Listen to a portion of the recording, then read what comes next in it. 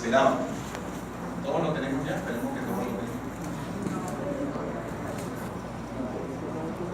Lucas 8, 40. ¿Estamos listos?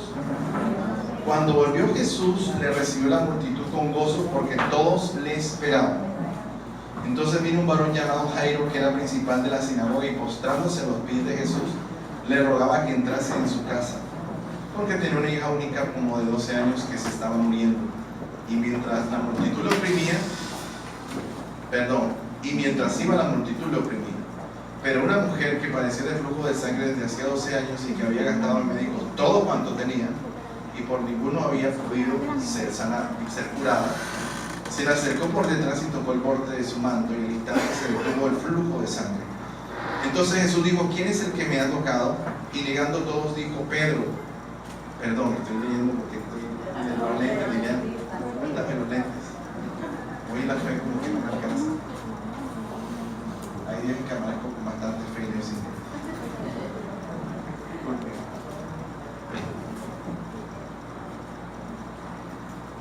Entonces Jesús dijo: ¿quién es el que me ha tocado? Perdón, leemos desde el 44. Se le acercó por detrás y tocó al borde de su manto, y al instante se detuvo el flujo de sangre. Entonces Jesús dijo: ¿quién es el que me ha tocado? Y negando todos, dijo Pedro y los que con él estaban: Maestro, la multitud te aprieta y oprime, y dices: ¿quién es el que me ha tocado? Pero Jesús dijo: alguien me ha tocado, porque yo he conocido que ha salido poder de mí. Entonces, cuando la mujer vio que no había quedado oculta, vino temblando y postrándose a sus pies, le declaró delante de todo el pueblo por qué causa le había tocado y cómo al instante había sido sanado. Y él le dijo: hija, tu fe te ha salvado, ve en paz. Estaba hablando aún cuando vino uno de la casa del principal de la sinagoga a decirle: tu hija ha muerto, no molestes más al maestro. Oyéndolo Jesús le respondió: no temas, cree solamente y serás salva. Entrando en la casa no dejó entrar a nadie consigo, sino a Pedro, a Jacobo, a Juan y al padre y a la madre de la niña. Y lloraban todos y hacían lamentación por ella, pero él le dijo: no lloréis, no está muerta, sino que duerme. Y se burlaban de él sabiendo que estaba muerta. Mas él, tomándola de la mano, clamó diciendo: muchacha, levántate. Entonces su espíritu volvió e inmediatamente se levantó, y él mandó que se le diese de comer. Y sus padres estaban atónitos, pero Jesús le mandó que a nadie dijese lo que había sucedido. Gracias te damos, Señor. Como todo tiene su tiempo, Dios, este es el tiempo de comer y de alimentarnos del rollo de la ley, del libro sagrado, Señor. Ahora, Padre, vamos a comer. Por eso hoy, Dios, sabemos que tú vas a saciar al hambriento y vas a calmar la sed del sediento. Que tengamos la sensibilidad, la obediencia y la humildad para recibir tu palabra, y sobre todo para ponerla en práctica, Señor. Que esta palabra, Dios, no la coman las aves del cielo, ni la ahoguen los espinos, ni la seque el sol, sino que dé fruto abundante al 100, al 30, al 60 por uno. Gracias, Cristo, en tu nombre. Amén. Pueden sentarse, mi amado, por estar de pie.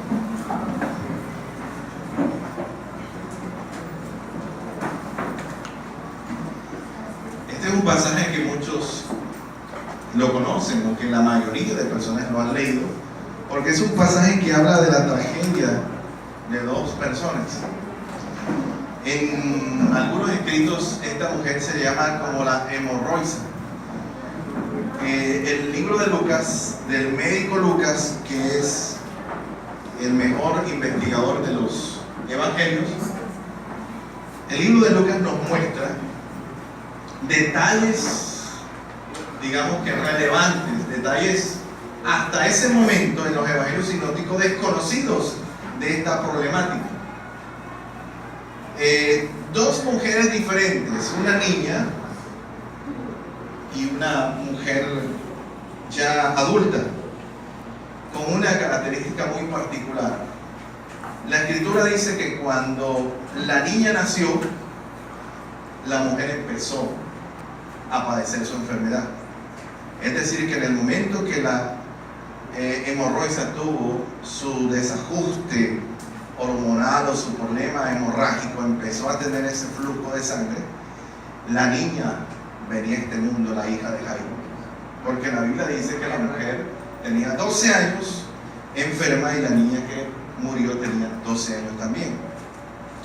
Nosotros conocimos a una mujer, una hermana de una congregación, una hermana que fue una hija espiritual nuestra, que esa hermana, cuando nosotros la conocimos, tenía, creo que Liliana recuerda, tenía como unos 5 o 6 años de tener un flujo de sangre. ¿Te acuerdas del hermano Luis? Y ella un día nos confesó, nos dijo: pastores, yo siempre, pastores no hermanos, nosotros no éramos pastores todavía, ni por ahí. Ella nos dijo: hermanos, yo quisiera que ustedes oraran por mí porque yo nos confesó que tenía como 5 o 6 años de tener un flujo de sangre. Y era una señora, y dice que nunca se le había ido, que todos los días teniendo toalla sanitaria. No sé cómo una persona puede convivir, es complicado porque la hemoglobina baja, la fuerza se debilita. Imagínense las mujeres que tienen una semana con la menstruación y muchas les cae un cólico, el cólico menstrual, la debilidad, el mal genio. ¿Verdad? Porque la mujer cuando tiene la menstruación se pone como irritable, ¿verdad? ¿Sí? Pierde un poco la ternura. De pronto, imagínense ahora una mujer con 12 años con la menstruación. Era un chiste, mujer. Yo sé que ustedes son tiernas cuando vienen el periodo, ¿verdad? Pero era una situación muy compleja porque esta mujer, empecemos por la mujer, aunque la historia empieza con Jairo y con su hija. En el versículo número 41, la escritura dice que Jairo fue el primero que llegó al encuentro de Jesús y le dijo estas palabras: Señor, dice la Biblia, te ruego que entres en mi casa, porque dice la escritura que tenía una hija única. Imagínense, hija única, que tenía 12 años, pero que estaba agonizando, es decir, que se estaba muriendo. La Biblia no dice qué tenía aquella niña, ni desde hace cuánto estaba afrontando ese problema o esa enfermedad. Pero la Biblia dice que esta niña tenía 12 años y se estaba muriendo, hija única. Imagínense a qué nos enfrentaríamos nosotros si uno de nuestros hijos, tuviéramos un hijo único, o si uno de nuestros hijos estuviera agonizando, estuviera muriendo. Yo creo que nosotros los padres somos capaces de hacer cualquier cosa por la vida de nuestros hijos, ¿verdad? ¿O no? Los padres son capaces de dar un riñón, de dar un pulmón, de dar un trasplante de médula para salvarle la vida de su hijo. Pero como no estábamos en esa época, la Biblia dice que este hombre era principal de la sinagoga. Es decir, que había un prejuicio religioso en aquel hombre, porque precisamente los principales de la sinagoga eran enemigos del ministerio de Cristo, porque eran los religiosos de la época. Sin embargo, la escritura dice que a pesar de ser un principal de la sinagoga, este hombre se acercó a Jesús. Amén, iglesia.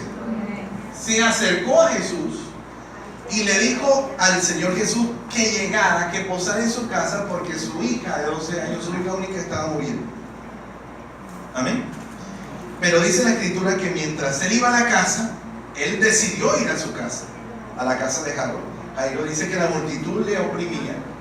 Y los evangelios sinópticos, Mateo dice que aquella mujer que tenía flujo de sangre, dijo: si tan solo tocar el borde del manto del Señor, quedaré sana de mi azote. Acá la escritura dice lo siguiente, hace una pequeña biografía, porque dice, empieza a hablar de la mujer y dice que esta mujer desde hacía 12 años tenía un flujo de sangre, y dice que había gastado todo lo que tenían los médicos y que por ninguno había sido curado. Esto no es tan sencillo como nosotros lo vemos, porque no solamente estamos viendo una implicación física, es decir, su salud estaba comprometida. Su salud estaba comprometida. Cuando a mí me dieron el batazo a los 12 años, yo estaba jugando béisbol y me dieron el batazo y me fracturaron el maxilar. Yo duré un mes sangrando. El problema mío es que yo sangraba más en la noche. Y usted no se imagina lo que es levantarse en la madrugada con ese sabor a sangre. Y entonces uno quiere hacer, botar la flema al catarro y lo que sale es sangre. Me colocaban algodones, gasas y salían con coágulos de sangre. Así duró un mes, hasta que me detectaron que tenía una fractura. No sabía qué tenía, pero tenía fracturado esto, se me movía.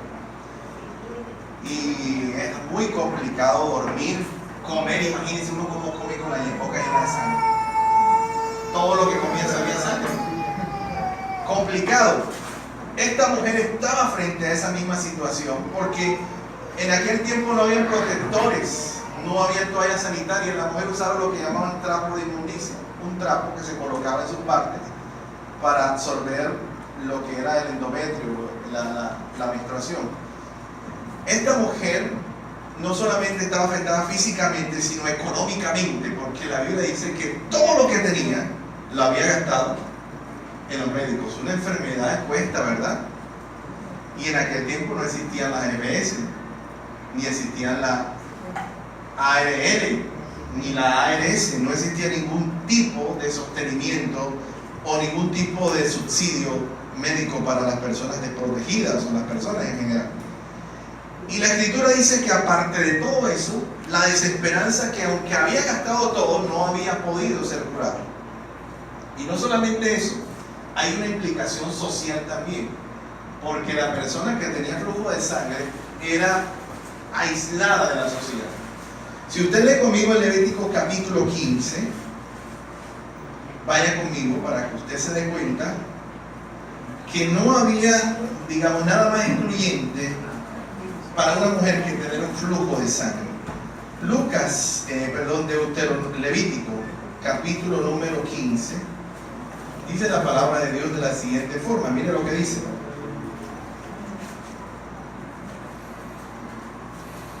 Mire que le dedica casi todo un capítulo. Si se da cuenta, casi todo el capítulo se está refiriendo al flujo de la mujer y del hombre.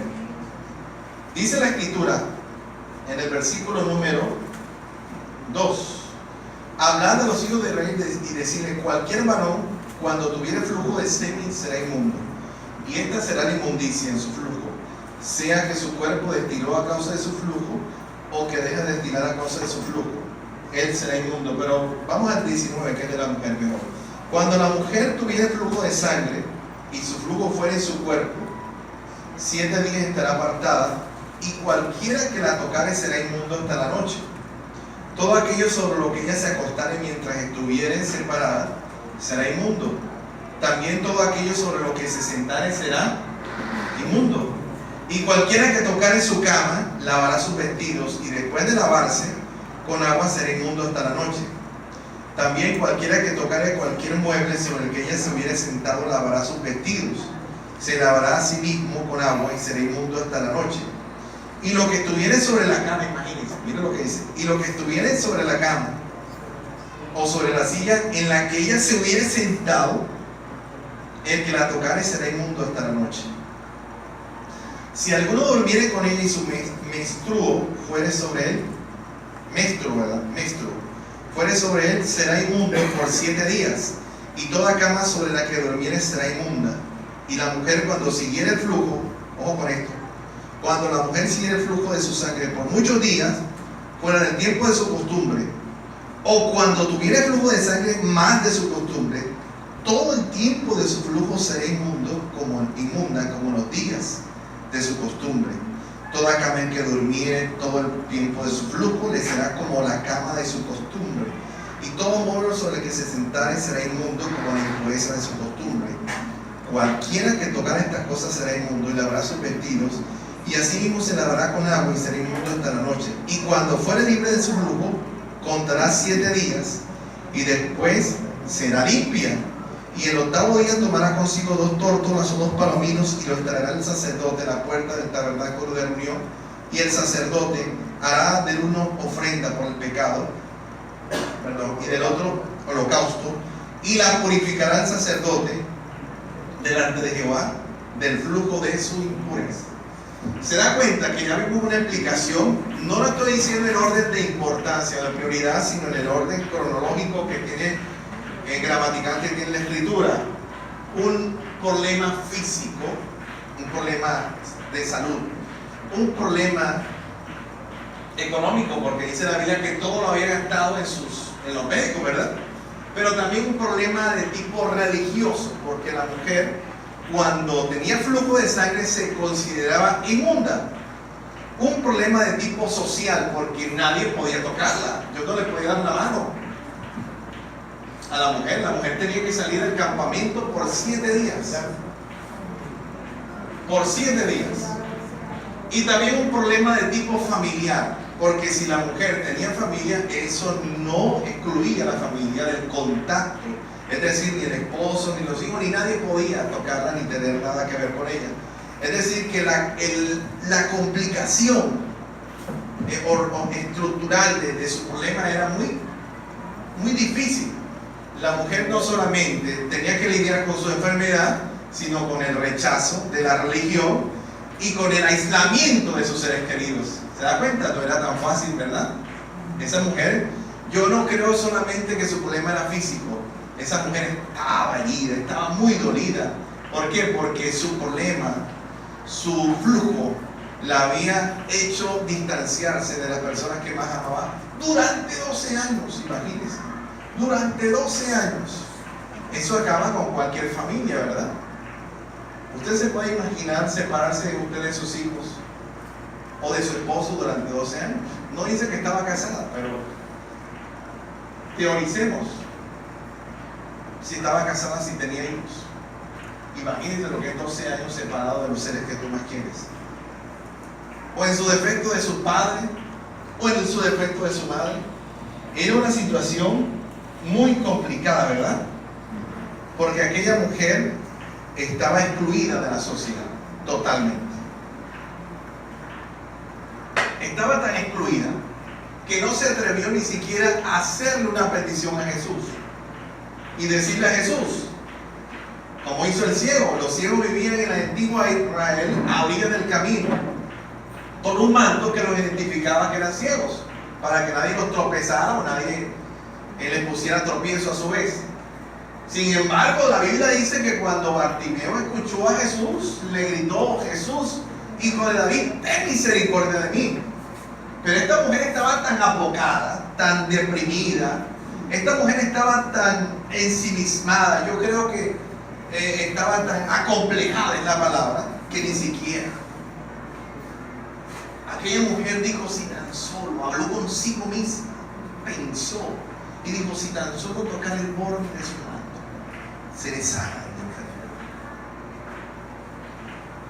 Amén, iglesia. Amén. Nosotros tenemos problemas, ¿verdad? Y tenemos conflictos, pero a veces se nos olvida que hay personas que están peores que nosotros, en peores condiciones. Si nosotros nos comemos arroz al puente o arroz al sol, hay gente que no tiene ni puente ni sol. Hay personas que no tienen ni siquiera con qué acostarse a dormir. Ni siquiera tienen que llevarse a darle a sus hijos. Amén, iglesia. Amén. Todos tenemos problemas. Pero esta mujer estaba, yo creo que peor que nosotros, ¿verdad? Usted tiene ya su familia. ¿Sí o no? Usted se puede acostar donde usted quiera. Se puede sentar donde usted quiera. Puede hablar con quien usted quiera. Pero la religión, las normas legalistas de la religión judía, le prohibían a aquella mujer el contacto con el ser humano. Por eso aquella mujer dijo: no voy a tocarlo a él, voy a tocar el borde de su manto. Es decir, que había un problema, un conflicto muy fuerte. Aquella mujer no tenía cualquier enfermedad. Pero si seguimos leyendo, dice la Escritura que el Señor Era tanto el complejo que aquella mujer tenía, que cuando tocó al borde del manto, Jesús preguntó: ¿quién me ha tocado? Y la mujer dijo, los discípulos dijeron: la multitud te oprime, y tú preguntas: ¿quién te ha tocado? Y Jesús dijo: alguien me tocó diferente, porque he sentido que salió poder de mí. Y la Biblia dice que la mujer por allá, atemorizada, cuando se vio descubierta, le dijo así, tenía hasta miedo de reconocer que ella había tocado el borde del Señor pidiendo un milagro. Pero la Escritura no se detiene ahí en su narración, porque aunque usted no lo crea, este tema que estamos hablando hoy es de la cena del Señor, y yo lo vamos a llevar hasta allá. Dice la Escritura que cuando la mujer vio que no había quedado oculta, vino temblando y postrándose a los pies, le declaró delante de todo el pueblo por qué causa le había tocado y cómo al instante había sido sanada. Y él le dijo: hija, tu fe te ha salvado, ve en paz. ¿Qué es lo más importante de lo que le dice Jesús a la mujer? No,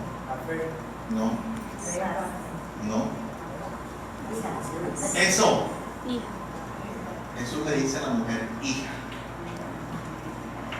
porque a no todos le dijo hija. Al paralítico de Bethesda le dijo: vete, levántate, toma tu lecho y anda. Pero acá le dice a la mujer: hija, tu fe te ha salvado. Es decir, que no solamente fue la sanidad ni la salvación, sino que recibió el espíritu de adopción, como dice Pablo, por el cual podemos decir Abba Padre. Y la Escritura dice que aquella mujer desaparece de la escena. Pero ya vimos que la primera mujer estaba enferma físicamente, socialmente, económicamente, yo diría que espiritualmente también. Psicológicamente, dice la Escritura, que esta mujer, temblando, postrándose, yo creo que hace mucho tiempo no podía hablar al pueblo. Pero cuando estaban hablando, se presenta un hombre de la casa de Jairo, del principal, y le dice: no molestes más al maestro, porque tu hija ya murió, estaba agonizando y ya murió. No molestes más al maestro. Hermano, no hay nada más complicado que cuando uno tiene un familiar enfermo y recibe una llamada en la noche, ¿verdad? No hay nada más cuando el cuñado de Liliana, nosotros estamos en Bucaramanga cuando falleció Ricardo, cuando durmió Ricardo, y Ricardo nos llaman como a las 6 de la tarde, creo que fueron 6 de la tarde de un sábado, y nos llaman, dicen: Ricardo le dio un derrame cerebral, oren porque está mal. Llamó el hermano Pedro de allá de Fundación: oren porque Ricardo está mal, lo llevaron para la clínica. Y nosotros ahí nos pusimos a orar, Liliana se controló, se puso a llorar. O sea, pues es que no es costumbre que nosotros, gracias a Dios, no fallecen familiares con frecuencia. Y cuando nos pusimos a orar, hermanos, estábamos haciendo la cadena de oración como a los 20 minutos sobre el teléfono. Cuando sonó el teléfono, a mí me corrió frío. Algo me corrió así. Pero yo lo cogí. Imagínense, cuando Liliana, yo le paso a Liliana se puso a dar gritos, allá la prima de ella, todos dando gritos. Imagínense, yo no sabía qué hacer. Las hijas mías también que estaban allá, Camila, Esteban, todo el mundo llorando, imagínense. Porque cuando alguien está grave, siempre existe la posibilidad de la muerte. Y al Señor le llevan la noticia: no molestes a Jairo, al maestro, porque tu hija ya murió, ya dejó de ser. Y Jesús le dice a aquel hombre: no temas, cree solamente y serás salvo. Es decir, Jesús siguió su periplo a la casa de Jairo, aunque le dijeron que había muerto. Y entrando en la casa, dice la Escritura, versículo 51 de Lucas 8, no dejó entrar a nadie consigo, sino a Pedro, a Jacobo, a Juan y el padre y la madre de la niña. Y lloraban todos y hacían lamentación por ella. Pero él dijo estas palabras: no lloréis, no está muerta, sino que duerme. Aquí está el mensaje. No llores, no está muerta, sino que duerme. ¿Usted cree que Jesús se estaba refiriendo a que aquella niña estaba durmiendo placenteramente o descansando? La Biblia utiliza eufemismos para los hijos de Dios. ¿Eso qué significa? Que los hijos de Dios no mueren, sino que duermen. Amén, iglesia. Nosotros no vamos a morir, nosotros vamos a dormir en el Señor. Ese es un eufemismo, es decir algo fuerte con palabras delicadas. Pero acá en el original griego no aparece un eufemismo, aparece una palabra totalmente definitoria, que es mortis, que significa morir, dejar de existir, dejar de ser, fallecer. Es decir, que el Señor dijo no está muerta, sino que duerme. Pero no se refirió a dormir en el Señor, se refirió a que estaba descansando. Es decir, no se refirió a la muerte en Cristo. A eso me quiero referir. La Escritura dice que ellos se burlaban porque sabían que estaba muerta. La niña realmente había muerto. La niña realmente estaba muerta. La niña había fallecido. Había dejado de respirar, había dejado de existir. Y por eso cuando ellos llegaron, Mateo dice que encontraron a una multitud llorando. El original dice que unas plañideras, es decir, las personas que contratan en las casas para que lloren a los muertos.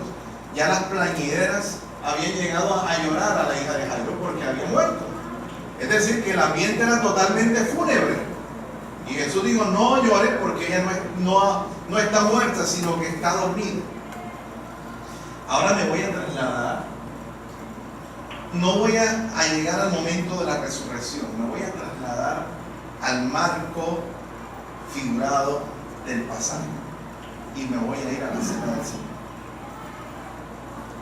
Si usted conoce bastante la Escritura, conoce mucho la cena del Señor, sabrá que nuestro pasaje en 1 Corintios capítulo 11, versículo 30, que leemos todos los domingos que es cena del Señor, nos dice que en la iglesia pueden haber tres tipos de situaciones que pueden afrontar aquellos que no participan de la cena del Señor dignamente.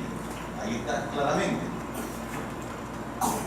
Porque cualquiera que bebe, que come y bebe indignamente y sin discernir el cuerpo y la sangre del Señor, juicio come y bebe para sí. ¿Verdad? El anterior. ¿Cuál? El anterior. Perdón, el siguiente.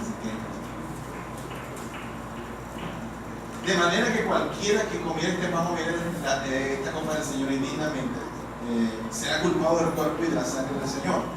El 28 dice ahora, por tanto, pruébese cada uno a sí mismo y coma así del pan y beba de la copa, porque el que come y bebe indignamente sin discernir el cuerpo del Señor, juicio come y bebe para sí. Y el 30 dice, por lo cual hay muchos enfermos debilitados entre vosotros y muchos duermen. Ahí está la mujer del flujo de sangre y está la hija de Jairo. Muchos enfermos debilitados, agonizantes, y después dice muchos duermen. Porque usted sabe que aquí sí hay un eufemismo, porque aquí está hablando de dormir refiriéndose a la muerte de los hijos de Dios. Es decir, que está hablando de tres implicaciones espirituales. Ya me salí de la casa de Jairo, me salí del recorrido que hacía Jesús y de la historia de la mujer hemorroica para entrar aquí al tema de la iglesia. Porque así como usted ha escuchado, creo que una canción de Marco Vidal llamada Cristianos, que dice que no está muerta, sino que duerme, podemos trasladarlo al marco figurado de la iglesia. La iglesia no está muerta,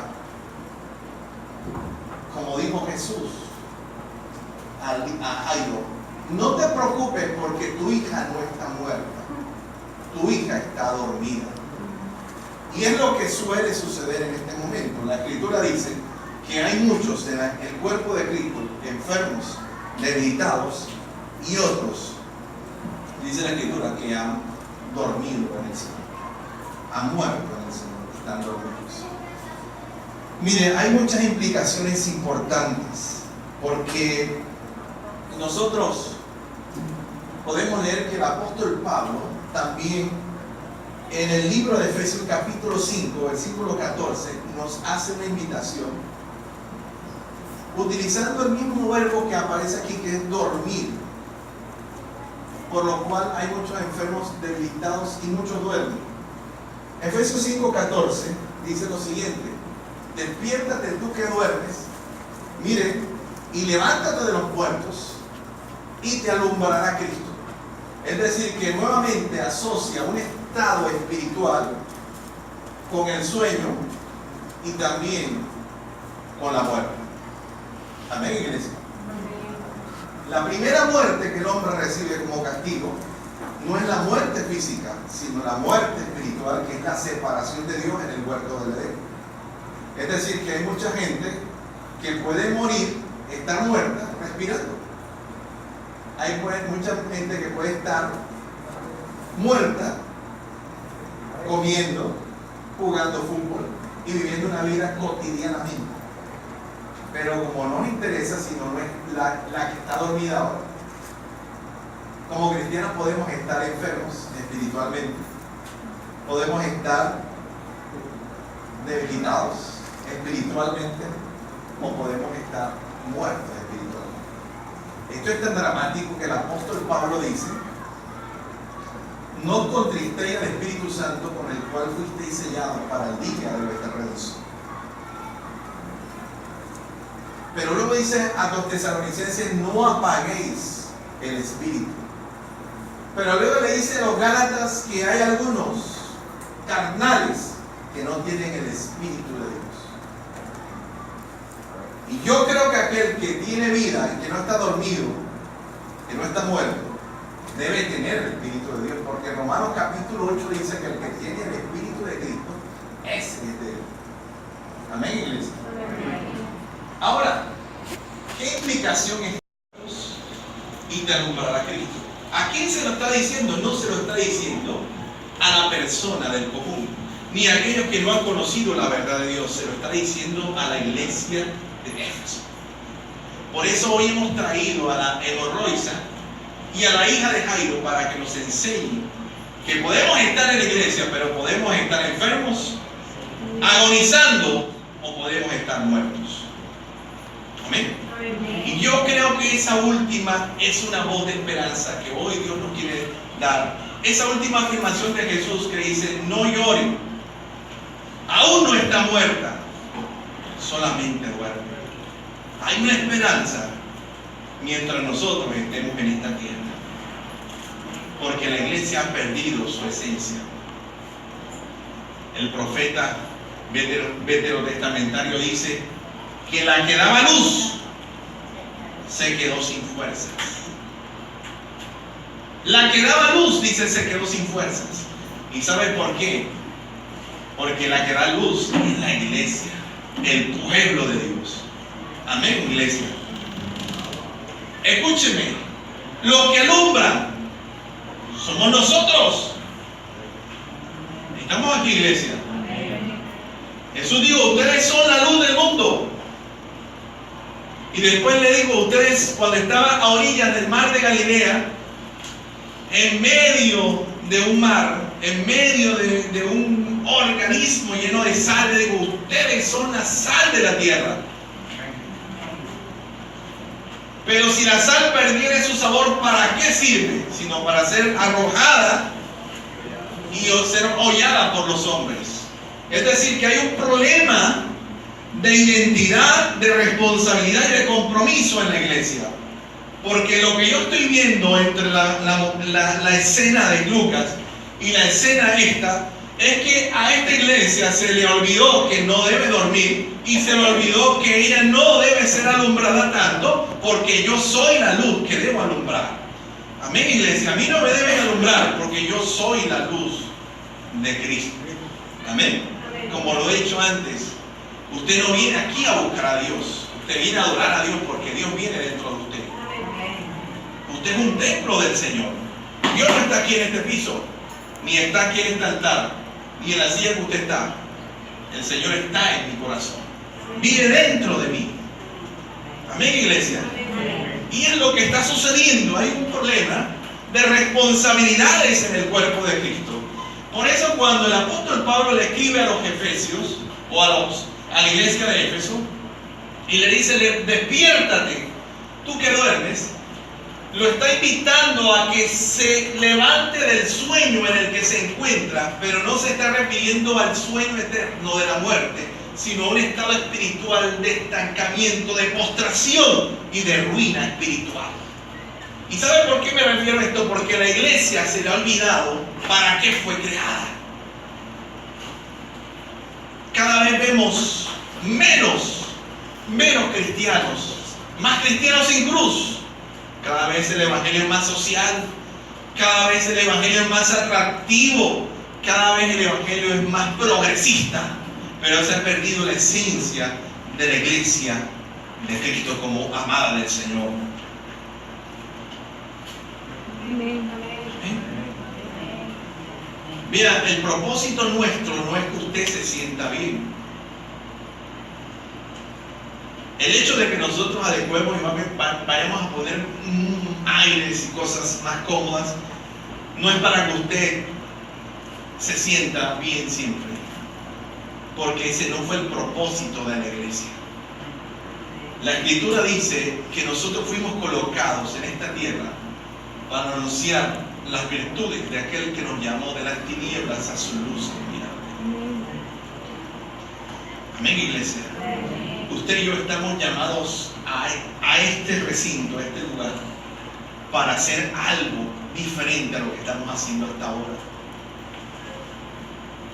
El Señor nos llamó solamente para que viniéramos a la iglesia todos los domingos, o en el mejor de los casos para que viniéramos a congregarnos el miércoles, o en el mejor de los casos Dios no nos llamó solamente para que predicáramos o para que tocáramos un instrumento en la iglesia. Hay cosas más profundas que Dios nos ha dado y que quiere que nosotros hagamos por Él. Amén, iglesia. Entonces, la primera sensación que tenemos es que en la congregación hay tres grupos de problemas que se presentan: los que están enfermos, los que están debilitados y los que han dormido. Por eso hablé de la mujer hemorroica, porque la mujer hemorroica pudo durar 12 años con un flujo de sangre. Y lo más parecido que dice la Escritura de una enfermedad se encuentra en el libro de Hebreos, para tomar un punto solamente, donde dice la Biblia que no debemos dejar que brote ninguna raíz de amargura en nuestro corazón para que muchos no seamos contaminados. Es decir, para que no seamos infectados. Cuando el apóstol Pablo en el libro de Hebreos, o el apóstol Lucas, no sé quién lo escribió realmente de los dos porque no se ha definido, está diciendo eso, está hablando que podemos congeniar y lidiar con una enfermedad en la iglesia. Amén. ¿Usted ha conocido gente resentida en la iglesia? Yo sí he conocido mucha gente resentida en la iglesia. ¿Usted ha conocido gente con una raíz de amargura en la iglesia? Yo he conocido mucha gente con raíz de amargura en las congregaciones. ¿Y sabe cuál es el problema? Que son personas que se acostumbraron a vivir con la amargura, con la enfermedad, con el orgullo, con el egoísmo, con la idolatría, con la rebeldía, con la desobediencia. Se han acostumbrado a vivir de esa forma. Como aquella mujer vivió 12 años, hay personas que se encuentran enfermas en la congregación. El problema es que él habla de algo progresivo, porque yo creo que lo primero que produce la enfermedad lleva a lo segundo. Cuando tú te enfermas, luego sigue el debilitamiento. Y el debilitamiento trae como consecuencia la muerte. Así que es un proceso que ya se ha iniciado. La escritura dice que la mujer estaba enferma, pero después nos muestra la hija de Jairo. ¿Cómo estaba la hija de Jairo? Debilitada, agonizando, tratando de luchar por su vida, debilitada. Y es la segunda fase que nos muestra la escritura acerca de la iglesia. La iglesia puede estar enferma, pero si no se sana, va a llegar a un estado de debilitamiento, de desfallecimiento. Va a llegar a un estado donde va a perder las fuerzas y va a comenzar a transitar por el camino de la muerte. ¿Se puede ser cristiano sin el Espíritu de Dios? ¿Se puede estar en una congregación estando enfermo? Yo creo que sí. Y me acuerdo de Judas, que la Biblia dice que a pesar de que fue uno de los 12, Judas era un hombre que estaba enfermo. Porque Judas representaba el ministerio no tanto de Cristo, sino el ministerio de Mamón, el amor a las riquezas. La escritura dice que cuando la mujer derramó el frasco de alabastro, aquel hombre dijo, pero esto se hubiera vendido por ¿cuántos denarios? Y lo hubiéramos dado a los pobres. Pero Juan aclara que no era porque él se preocupaba por los pobres, sino porque le robaba. Oiga, ahorita la ofrenda dijimos que el Señor le dijo, no, pero yo que le voy a darle tú. ¿Usted se imagina a Jesucristo? Pero dale tú, hombre, que me vas a pedir, dale tú. Pero ahora nos encontramos con otra realidad. Como dice Gálatas, Dios no puede ser burlado. Pero la Biblia dice que a Jesús le estaban robando. ¿Usted cree que Jesús no sabía que le robaban? Jesús sabía que le robaban. Pero tenía que cumplirse la escritura. Y la escritura decía que el único que se iba a perder era el hijo de perdición. Le tengo malas noticias. La Biblia dice que también Dios creó al justo, pero creó al impío para el día malo. Le tengo malas noticias. Hay un lugar que se llama lago que arde con fuego y azufre, y ese lugar fue creado para que se cumpliese la escritura de que llaman los que siguieron al mal. Amén, iglesia. Se va a cumplir. De mí depende de que no se cumpla conmigo. Amén, iglesia. Así que esto no es un jueguito de los domingos, esto es un juego de vida o muerte. Y lo primero que debemos es detectar si estamos enfermos. ¿Qué tenemos en nosotros que nos está enfermando? Un rencor, un resentimiento, un estado de amargura, un estado de orgullo, de rebeldía, de desobediencia. ¿Qué nos está enfermando? Usted sabrá qué lo puede estar enfermando. Pero recuerden, debemos ser sanados, porque aquella mujer llegó al momento en que dijo, yo voy a salir de mi enfermedad. Yo voy a salir. ¿Usted se imagina a esa mujer cuando se detuvo el flujo de sangre? ¿Usted se imagina cómo se sintió esa mujer al día siguiente que se levantó y no tuvo que ponerse sus trapos de inmundicia? Se levantó sequita totalmente. Yo me imagino que corrió al templo a presentar su sacrificio y dijo, voy a poder estar nuevamente con la familia, con los amigos, con toda la sociedad. Pero ella decidió salir de la enfermedad. Amén. Pero ahora dejemos a la mujer quieta. Tenemos que sanarnos. Dile al que está a tu lado, tienes que sanarnos.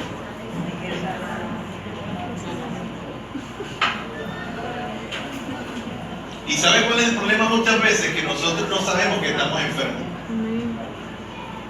Amén, iglesia. Hay veces que no sabemos que estamos enfermos.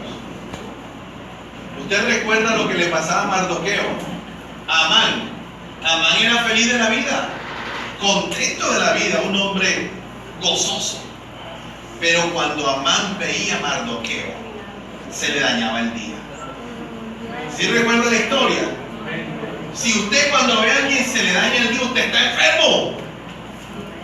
Si usted cuando ve a alguien se le descompuso, está aquí y arrugó la cara, no lo puedo ver, como que dice, ni en pintura. Usted está enfermo. Y el enfermo tiene que buscar al médico. Amén, iglesia. Porque si no busca al médico, nos encontramos con la hija de Jairo, debilitado, agonizando, dice la escritura. Y Jairo le dice al Señor: ven, entra a mi casa, porque tengo una hija que tiene 12 años y está enferma, mi hija única de muerte. Mientras que van allá, dice la Biblia, que un criado le dice: ya mi hija, tu hija falleció, no molestes más al maestro. Llegó al estado de la muerte. Iglesia, nadie se aparta del Señor de la noche a la mañana. La apostasía no es un accidente. La transgresión no es un accidente. La caída del cristiano es un proceso de deterioro constante, continuo y de tiempo. Yo no me voy a levantar mañana y voy a salir a caer, a tropezar, a apartarme de Dios. Es un proceso, algo progresivo que nos va alejando del Señor. Primero viene la enfermedad, luego el debilitamiento y por último la muerte. Amén, iglesia. El debilitamiento consiste en empezar a perder el interés por las cosas de Dios. Estoy hablando de la hija de Jairo. Y la hija de Jairo, que representa a nuestra iglesia, la hija de Jairo hoy nos está hablando de la iglesia. Nos muestra un debilitamiento que se da cuando tú empiezas a mostrar un rechazo o un desgano hacia la actividad espiritual. Cuando te cuesta trabajo orar, cuando te cuesta trabajo venir a la iglesia, cuando te cuesta trabajo leer la Biblia, cuando eres capaz de seguir una serie de televisión o ver un reality en televisión que decidir a leerte un libro de la Biblia, cuando te cuesta trabajo ayunar. Iglesia, dígame una cosa: ¿quiénes son los que ayunan? Cuando yo era católico yo no ayunaba. Los mormones no ayunan. Los artistas de cine no ayunan para hacer una película. Los futbolistas no ayunan para un partido de fútbol. ¿Quiénes son los que ayunan? Los cristianos. Pero la que da luz se quedó sin fuerza. La que ayuna no ayuna. Los que ayunan no ayunan. ¿Quiénes oran? Usted pasa por los locales del centro y la gente, para santificar los locales, pone un disco de Nancy Ramírez y le tira agua del brujo de la esquina. Es decir, que tienen una especie de mixtura espiritual ahí, un sincretismo religioso, porque tienen la música cristiana pero tienen la agüita del brujo. Es decir, que no hay ningún tipo de orientación espiritual. Ellos quieren buscar a Dios y lo tienen en forma de agua o en forma de música, porque ellos no saben lo que usted y yo sabemos. Pero si el que debe ayunar, la que debe ayunar, está agonizando, está tan agonizante que tiene que el Padre venir a buscar a Cristo, entonces estamos graves, porque los que tienen que orar somos nosotros. Los que tienen que ayunar somos nosotros. ¿Usted cree que voy a poner a ayunar al inconverso? ¿O le voy a decir que ayune al brujo de la esquina? El que tiene que orar y ayunar soy yo. Ay, no se diga de la predicación. La que predicaba ya no predica. El que predicaba y hablaba de Cristo no predica. A mí me quitan esto y yo sigo predicando, porque para mí lo más importante, iglesia, es la salvación de las almas. Escúcheme, quite lo que usted quiera, quíteme hasta el título de pastor, lo que sea. Si me quita de pastor y me pone allá a cantar, y después me quita de cantar y me pone a manejar el video y después me dice siéntate ahí, yo sigo. Porque yo sé que el que da luz soy yo, que el que tiene que orar soy yo, el que tiene que ayunar soy yo, el que tiene que congregarse soy yo. Amén, iglesia. El mundo no va a hacer lo que tú y yo tenemos que hacer. Se nos olvidó para qué fuimos llamados. Se nos olvidó porque somos iglesia. Dios no nos llamó para que estemos peleando los unos con los otros, para que estemos discutiendo quién es el mejor, quién lo hace mejor, o tú no lo haces bien, o te toca a ti, me toca a mí. Para eso no nos llamó el Señor. Amén, iglesia. La hija de Jairo está agonizando, pero llega por último, debilitada la iglesia. No, la hija de Jairo no se llama, no tiene nombre, pero yo le voy a llamar iglesia. Llega por último un mensaje que dice: se nos murió, no moleste más al maestro, no hay nada que hacer.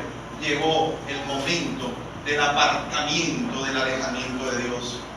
Si tú estás enfermo y tú no te reconcilias y no perdonas y no vuelves tu rostro hacia tus padres, tu madre, tus hermanos, las personas con quien estás enferma, si tú no te restauras, te vas a debilitar. Y si tú te debilitas y no procuras sanarte de tu mal, te vas a morir. Y la muerte espiritual es lo peor que puedes sentir. Amén, iglesia. Yo he escuchado personas que me dicen: hermano, yo quiero orar, pero es que yo me arrodillo, pero no me sale nada. No me nace orar, ayunar, cojo la Biblia y me da sueño. Estás agonizando. Porque a mí me puede dar sueño, pero entonces tomate un Vivecin, pero lee la Biblia. Y si no, que no ayuno porque me da dolor de barriga, aprende, yo no puedo ayunar y yo me tomo un omeprazol para ayunar. Pero tú ves que le voy a dar gusto al médico que me dijo: no puedes ayunar. Porque yo sé que si yo no lo hago, que lo tengo que hacer, entonces, ¿quién lo va a hacer? Entonces, ¿qué pensará? Usted se ha puesto a pensar ¿qué a su vez pensará Cristo cuando la hermana Ana lo invita al ayuno? Y termina con las famosas palabras: apóyenos. Por favor, venga. Yo le dije: no lo diga más. No lo diga más. Yo soy el que necesito venir a ayunar. Ella no necesita que yo venga. Yo soy el que necesito venir a buscar el rostro de Dios. ¿Hace cuánto no hacen un ayuno? Hay gente que se levanta el sábado tarde, no hacen nada, no estudian, no trabajan y no dedican al Señor un día para ofrecer su cuerpo, como dice Pablo, en sacrificio agradable al Señor, que es nuestro culto racional. Pero ya se murió. Mire, la persona que se enferma, se debilita, tarde o temprano se muere.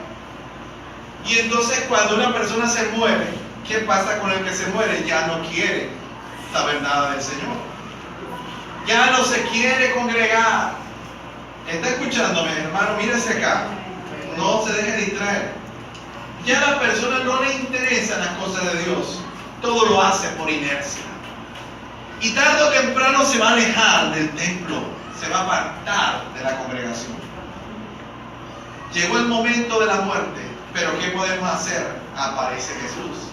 El único que puede decir: no está muerta, sino que duerme en Cristo. Más nadie. Imagínense. Cristo llega y le dice a Jairo: si a mí Cristo me dice, no te preocupes. Como le dijo a la hermana de Lázaro, le dijo a María: no te preocupes.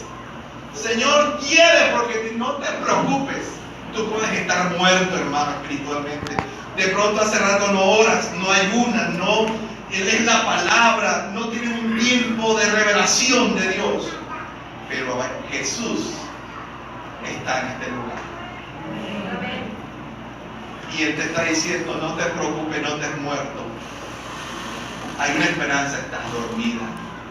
Iglesia, yo lo veo, debemos amar a nuestras esposas como Cristo ama a la iglesia. Porque nadie aborreció jamás a su propia carne, sino que la cuida y la sustenta como Cristo a la iglesia. Amén, iglesia. Amén. Me corre el fresco porque Cristo está diciéndonos hoy: no te has muerto, estás dormido, hay una esperanza. Pero Cristo va a entrar a la casa y no va a entrar solo. ¿Cómo va a levantar Cristo la que está muerta? ¿Cómo la va a levantar? Necesita 4 cosas. Necesita Pedro, necesita Jacobo, necesita Juan, necesita los papás.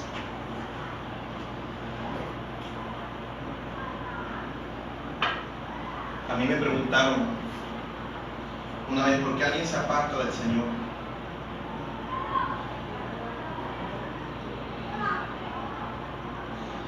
Yo creo que es muy difícil que alguien que ama a Dios se aparte. Yo creo que no hay nada en este mundo que nos pueda apartar del amor de Dios. No creo que exista nada en el mundo que pueda desplazar la relación, el amor y la compañía del Señor. Y yo me imagino que Jairo estaba llorando y todas las personas que estaban ahí, los padres. Pero Jesús le dice, no llores, no te preocupes porque está dormido. Pero Jesús dice en la Biblia que cuando iba a entrar llamó a 3 personas que lo van a enseñar brevemente a salir de la muerte. Pedro, Jacobo y Juan representan algo en la vida de Talita, de la niña que estaba muerta, de la hija de Jairo, de la iglesia, lo que necesitamos para salir de la agonía y de la muerte que nos está afectando. Porque si a mí me duele como pastor ver gente que no ora, gente que no ayuda, gente que no viene a los servicios, viene a oración, y la gente que viene a oración se puede contar con una mano. Si a mí me duele, yo no me imagino cómo le dolerá al Señor. Yo no me imagino qué pensará Dios de nosotros como cristianos. Primero entra Pedro. ¿Y sabe qué representa Pedro? Para que nosotros como iglesia nos levantemos necesitamos un Pedro que entre a nuestra casa también. Primero Cristo, que es el más importante. Pero Cristo no viene solo. ¿Usted no cree que Cristo puede entrar solo y levantar a esa niña? ¿Ah? O pudo hacer como el siervo del centurión que le dijo, Señor, di tu palabra y mi criado sanará. Y el Señor le dijo, oh, hijo mío, nunca había escuchado tanta fe. Y le dijo, ve, paz, que tu siervo es sanado. Y mientras él iba, su hijo, su siervo, fue sanado. Es decir, que no tuvo que entrar. Sin embargo, acá Cristo no solamente entra, sino llama a 3. Pedro tenía 3 nombres en la Biblia. Pedro se llama Simón Pedro, porque Simón era el nombre judío. Simeón, ¿sabe qué significa Simeón? Y esto es tremendo, iglesia. ¿Sabe quién fue Simeón? ¿Sabe qué dijo la mamá? Le voy a poner Simeón, porque Dios ha oído mi oración. El nombre Simón significa Dios me ha oído. Mientras que cuando tuvo Ismael, Agar le puso Ismael, que significa Dios escucha, algo impersonal, Dios oye. La madre de Simeón dijo, no, Dios no oye, Dios me oyó a mí. Dios me ha oído. Y le colocó Simeón. Pedro significa Simón. Simón, el primer nombre que es judío. El segundo nombre arameo que es Cefas, que significa piedra.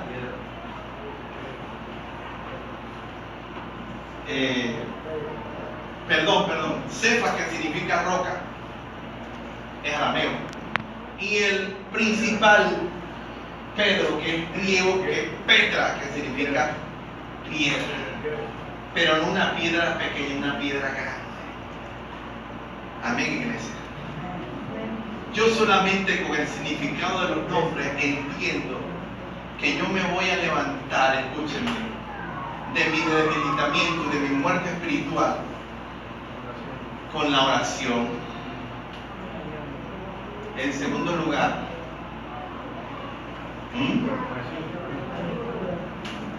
con la piedra, con la roca, perdón, con la palabra de Dios.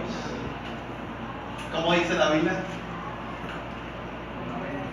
El fundamento. Y por último, con la piedra. La piedra, que la Biblia dice que Jesucristo es la piedra angular que desecharon los edificadores.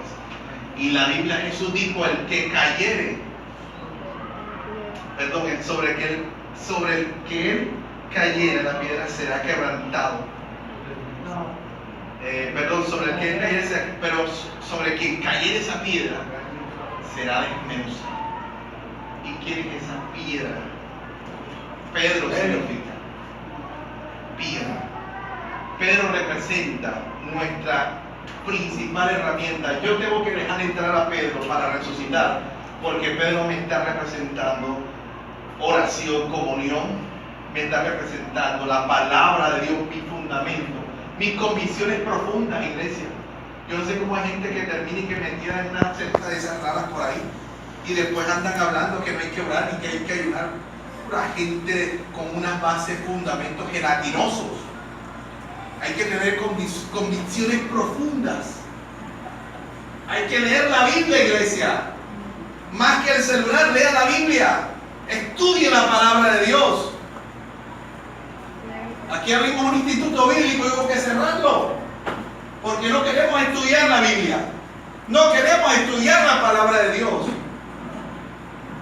¿Cuántos maestros no hay aquí sentados de la palabra de Dios? ¿Cuántos predicadores de excelencia? ¿Pero qué? No hemos dado el paso. La que da luz se está quedando sin fuerzas. La hija de Jairo está agonizando. Y Pedro tiene que entrar a la casa. Porque cuando Pedro entra a la casa, me está representando la oración, la palabra de Dios y la persona de Cristo en mi vida. Amén. Cristo es la piedra angular. Pero después entró Jacobo, o no entró Jacobo también. Jacobo y Juan eran hermanos. ¿Y saben cómo le llamó Cristo a Jacobo y Juan? Los Boanerges. Y la Biblia nos dice que se lo dijo Pedro, que era el más ligero de lengua. Se lo dijo Cristo, le puso los Boanerges, los hijos del trueno. ¿Sabe qué significa trueno en original griego? Conmoción. Cuando ellos llegaban, ellos agitaban todo porque eran hombres muy rudos. Gritaban, dicen los masoretas, dicen que estos hombres no sabían hablar sino gritar. Estos hombres, dice la historia también, que el padre de ellos era muy pudiente, tenía dinero. La madre fue una de las que le aportaba al ministerio de Cristo. Pero ¿sabe una cosa? Apareció, también tiene que entrar. ¿Quién más tiene que entrar ahí? Juan. Pero les tengo noticia, Juan era hermano de Jacobo. Los dos hermanos. Y los dos se llamaban los hijos del trueno. Los hijos de Zebedeo. Los hijos del trueno. Pero resulta que cuando yo sigo leyendo la Biblia, me encuentro en Juan que el hijo del trueno se transforma en el apóstol del amor. Me encuentro con que Juan, el hijo del trueno, el que le dijo al Señor, cuando fue a predicar y nadie le escuchó, le dijo al Señor: si quieres oramos para que caiga fuego y consuma a todos esos pecadores. Y después le dijeron a Cristo, le mandaron a la mamá de madrina: queremos que cuando tú vengas a tu reino, mi hijo esté Jacobo a la derecha y Juan a la izquierda. Qué pretencioso, ¿verdad? Pero después nos encontramos en Juan. Usted ha leído la primera carta de San Juan. Hermano, con esa carta yo me convertí. La epístola que habla más del amor, el libro que habla más, la epístola, el escrito, es la primera carta de San Juan. ¿Tú quieres entender el amor de Dios? Lee primera de San Juan. El hijo del trueno se convirtió en el discípulo del amor. ¿Sabes qué tienes que tener para resucitar? Talita Kumi, dígamelo usted, ya lo escuchó. ¿Cómo? ¿Cómo? No, no. Ellos entraron al ministerio como los hijos del trueno. Pero uno salió como mártir porque lo mataron a espada y el otro terminó en una isla allá como el discípulo del amor. ¿Sabes qué significa eso? ¿Qué pasó con ellos? ¿Qué les pasó? ¿Qué les pasó a los hijos del trueno? Dios transformó su carácter. Dios lo cambió de trueno a amor. ¿Usted cree que es fácil lidiar con un hijo del trueno? Cristo tuvo dos hijos, no tuvo uno, tuvo dos. Pero fueron transformados. Mire la segunda que es. Yo lo dije aquí hace como 15 días. Que el yugo del Señor no está afuera, está adentro. Está adentro. Esto que tenemos aquí, este carácter, este temperamento, estas ínfulas, hay que entregarse al Señor. Porque si tú lees a Juan, yo no puedo creer que Juan sea un hijo del trueno. Pero Juan tiene que entrar a la casa de Jairo. Porque si Juan entra y Jacobo entra, representa la transformación del carácter. O sea que tú tienes que orar, ¿verdad que sí? Tienes que leer la Biblia, ¿o no? Cristo tiene que ser el fundamento y el centro de tu fe. Pero tienes que cambiar. Tienes que ser transformado, tienes que arrodillarte y llorar, Señor, yo soy muy cascarrabia. Como dice mi mamá, yo soy fosforito. Yo soy violento, agresivo, yo soy resentido, soy rebelde, desobediente. Pero cámbiame, porque si tú transformaste un hijo del trueno en un discípulo del amor, también lo puedes hacer conmigo. Ah, pero se nos olvidó, voy a terminar con esto. Ya entraron 3.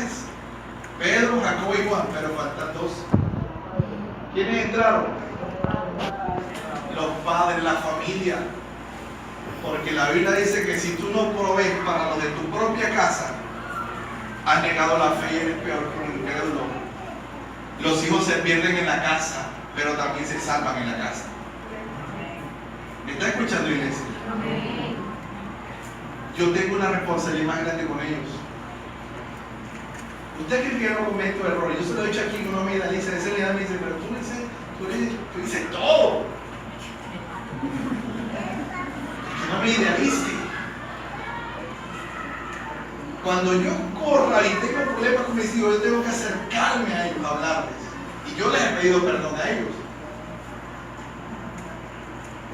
¿Sabe por qué? Porque yo sé que en la familia está mucha, yo creo que más del 50% de la clave de la vida de un cristiano que recibe a Dios. Porque la Biblia dice que si tú no sabes administrar tu propia casa, tu familia, ¿cómo puedes administrar los negocios de Dios? Amén, iglesia. Si tú no eres un buen padre, ¿cómo vas a poder servir a Dios? Si tú no eres un buen hijo, si tú no eres una buena madre, ¿cómo puedes tú ayudar a las otras madres? Entonces Jesús dijo a los papás, vengan ustedes 2, porque es que para que esta mujercita se levante, para que la iglesia se levante, necesita oración, necesita palabra, necesita la presencia de Cristo, pero necesita también la vida en familia, en el Señor. Amén, iglesia. No es salir por aquí y olvidarnos de todo.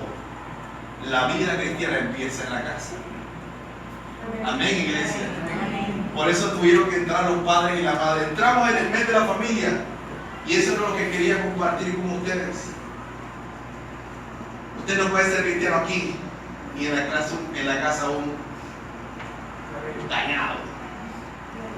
Allá empieza todo. Allá empieza el secreto, el misterio. Amén, iglesia. Amén. El problema es que Cristo le dijo a ellos, Pedro, Jacobo y Juan, y que los papás, denles de comer y no le digan a nadie lo que aquí pasó. El problema es que yo se lo estoy diciendo a ustedes lo que pasó. El problema es que Cristo nos lo reveló y ahora nosotros sabemos qué pasó en ese cuarto. Y sabemos lo que tenemos que hacer hoy en día. La familia es lo más importante en el reino de Dios. Amén, iglesia. Yo le voy a dar cuenta a Dios por mi familia antes que la iglesia. Primero antes que mi iglesia. Así que hoy es día de levantarse. ¿Me está escuchando, iglesia? Amén. Hoy es día de despertar. No puedes servir a Dios si no sirves a tu familia.